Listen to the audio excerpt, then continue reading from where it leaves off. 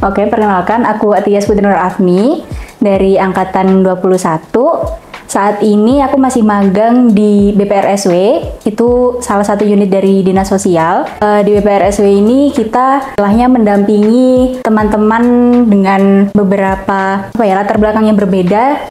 Kebetulan aku magang di hari libur, jadi durasinya 1 bulan doang. Aktivitas selama magang kita, ya yang kayak aku bilang tadi, kita mendampingi teman-teman yang ada di sana. Misalnya mereka lagi kelas, ya kita ikut ngelihat kelasnya, ikut mengawasi, terus ikut membantu kalau misalnya mereka membutuhkan bantuan. Terus kadang juga kalau misal kelasnya kosong, kita yang bantu isi mungkin dengan games atau dengan materi dari apa yang telah kita pelajari saat kuliah, kira-kira gitu. Sama biasanya kalau hari Jumat itu kan beberapa peserta di sana ada yang udah punya anak, jadi ketika mereka berkegiatan kita bantu untuk menjaga anak-anaknya, kira-kira gitu. Manfaatnya banyak sih. Yang paling utama adalah melatih kita untuk menjadi pribadi yang lebih sabar, melatih kita untuk menerima perbedaan gitu. Terus kan ilmu yang udah dipelajari saat kita berkuliah juga gitu loh. Misalnya kayak teknik konseling, terus observasi dan wawancara juga gitu. Pesan buat yang mau magang dari aku, better kalian research dulu tentang tempat magangnya ini, tahu tentang lingkungannya, terus seperti apa orang-orang yang ada di dalam sana gitu loh. Jadi sebelum kalian hari pertama magang, kalian kalau bisa observasi dulu tempatnya ini seperti apa gitu. Jadi kalian nggak kaget selama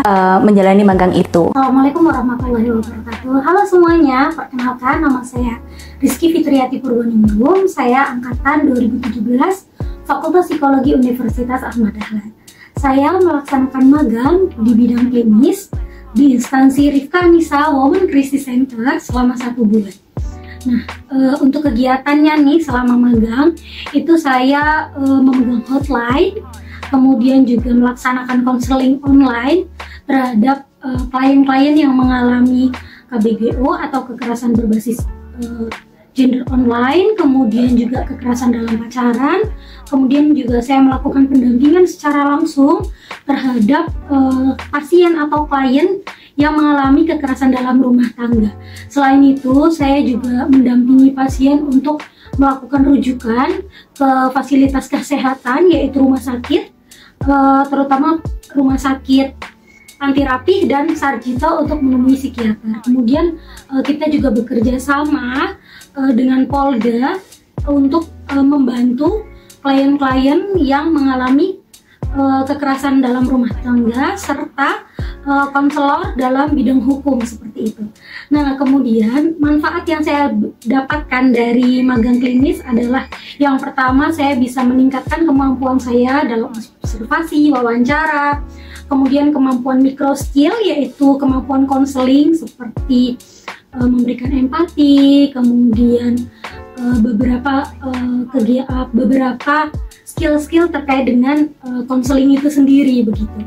Nah, kemudian adanya magang klinis dalam mata kuliah magang ini membuat saya merasa memiliki keinginan yang begitu besar untuk menjadi psikolog klinis begitu, sehingga saya memiliki rencana dan memiliki tekad untuk melanjutkan pendidikan di program profesi psikologi bidang klinis begitu. Nah, untuk teman-teman yang akan melaksanakan atau ingin mengikuti mata kuliah magang, hal-hal yang perlu dipersiapkan yang pertama adalah mental, kemudian yang kedua mungkin terkait dengan asesmen seperti observasi, wawancara, kemudian penguasaan administrasi dan scoring alat-alat tes, kemudian juga micro skill atau skill-skill dalam melakukan konseling gitu ya. Jadi itu mungkin yang perlu disiapkan, dan jangan lupa persiapkan mental dan fisik,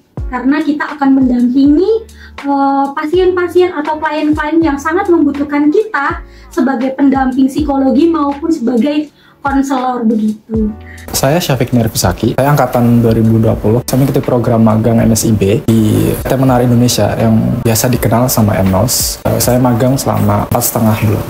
Kalau proses seleksinya itu mulai dari administrasi berkas sama izin dari itu ya, rekomendasi dari prodi. Jadi mungkin ada berkas-berkas yang harus dikumpulkan dan menunggu persetujuan dari prodinya. Habis itu melalui tahap seleksi oleh mitra. Jadi kita milih satu-satu mitra mana yang mau kita apply di lowongan magangnya di MSIB. Habis itu proses wawancara dan sebagainya itu masuk proses seleksi dan diseleksi di tahap sampai di tahap offering. Itu dimana kita menerima atau menolak tawaran dari mitra. Kalau aktivitas saya selama magang itu kemarin kayak ruang guru. Jadi kita bikin platform pembelajaran karena saya kemarin kebetulan di bidang pendidikan edutech, lebih tepatnya di posisi Learning Design and Competency Assessor. Yang saya lakukan kemarin itu mulai dari bikin silabus, nge-review script, di situ bikin alat tes buat masuk ke platform pembelajarannya sampai benar-benar jadi video pembelajaran layaknya mirip seperti ruang guru dan sejenisnya. Manfaat yang pertama tentunya pengalaman itu dari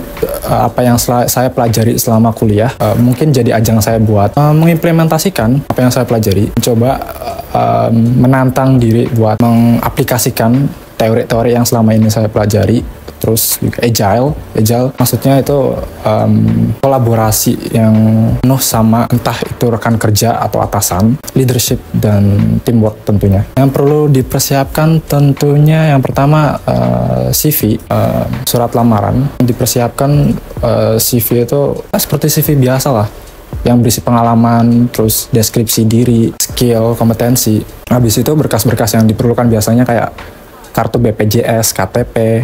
Kartu BPJS itu wajib. Terus KTP, di sana juga ada SPTJM. Dan perbanyaklah pengalaman selama kuliah.